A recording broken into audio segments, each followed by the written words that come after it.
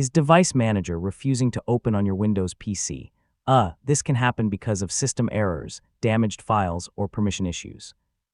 In this guide, I'll show you several simple ways to get Device Manager working again. Start with the simplest fix. Save your work, restart your computer, and try opening Device Manager again. A temporary Windows process or system glitch may be causing the problem.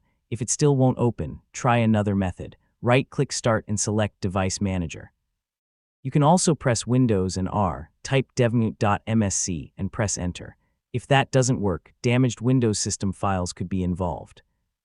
Open Command Prompt as administrator, type sfc/scanow and press Enter. Let the scan complete, then restart your PC. If System File Checker doesn't solve it, try the DISM repair tool. Open an administrator command prompt and run dism/online/cleanupimage/restorehealth. Wait for the process to finish, then restart Windows.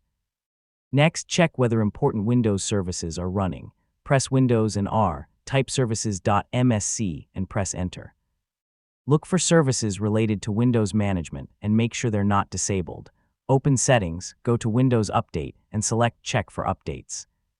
Install available updates and restart your PC if Windows asks you to. If Device Manager still won't open, try signing in with another administrator account. This can help determine whether the problem is specific to your Windows user profile, and that's how to troubleshoot Device Manager when it won't open.